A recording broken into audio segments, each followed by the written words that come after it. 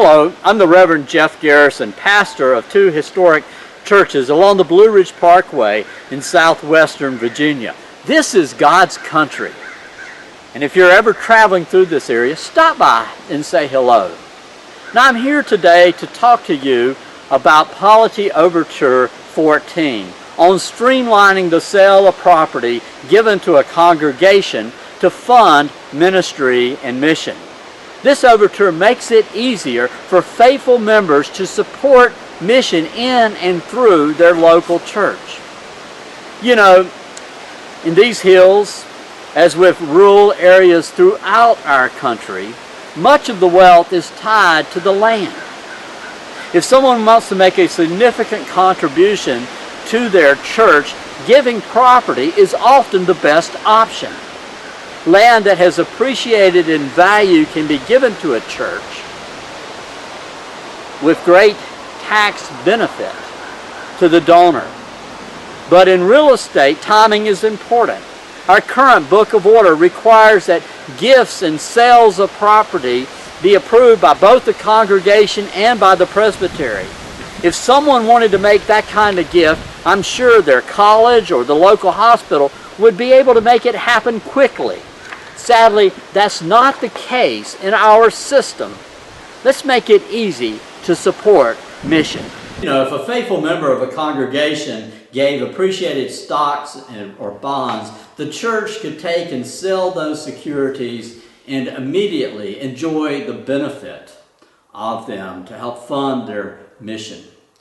But to give a condominium, or to give a second home, or some farmland, in those cases, the process can take months.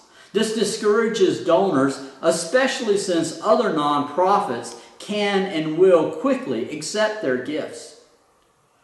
Now let me tell you about why I became so interested in this topic. In a previous congregation, we were raising funds to help build a new church campus. A man in that congregation pledged $35,000. At about the same time, he was selling a vacant piece of property he owned, and he decided that, you know, if he gave that property to the church would receive over $40,000.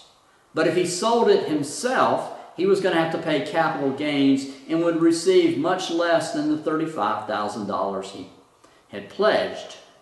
So he offered the property to us. Representatives from the church, as well as this man, went to the title company to transfer the property.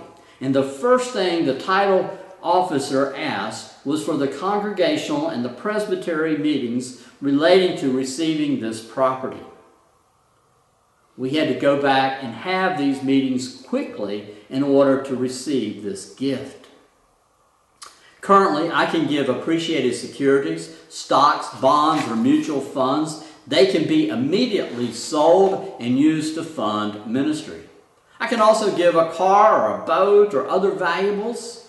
These can be liquidated and the church can then use that to fund its ministry. Real estate is the exception, but no other nonprofit has these kinds of restrictions. And this is often the largest gift that somebody will be able to make in their lifetime. Let's encourage people to support the mission of the church instead of putting roadblocks in their path. This overture protects church property. It also protects the property clause, which is intended to safeguard the property that we have for ministry. The session cannot go out and sell the church or sell church excess property under this particular overture. It only applies and it only comes into play when property is given for the purpose of funding ministry and the church places that property or puts that property up to sale quickly. We're not talking about property the church is using for ministry here. This property that we're talking about might not even be in the same county as the church. It might even be in a different state. I hope this overture excites Presbyterians to step up and make a significant contribution. Think about the potential we have to support mission. But this won't happen unless this overture moves forward I encourage you to support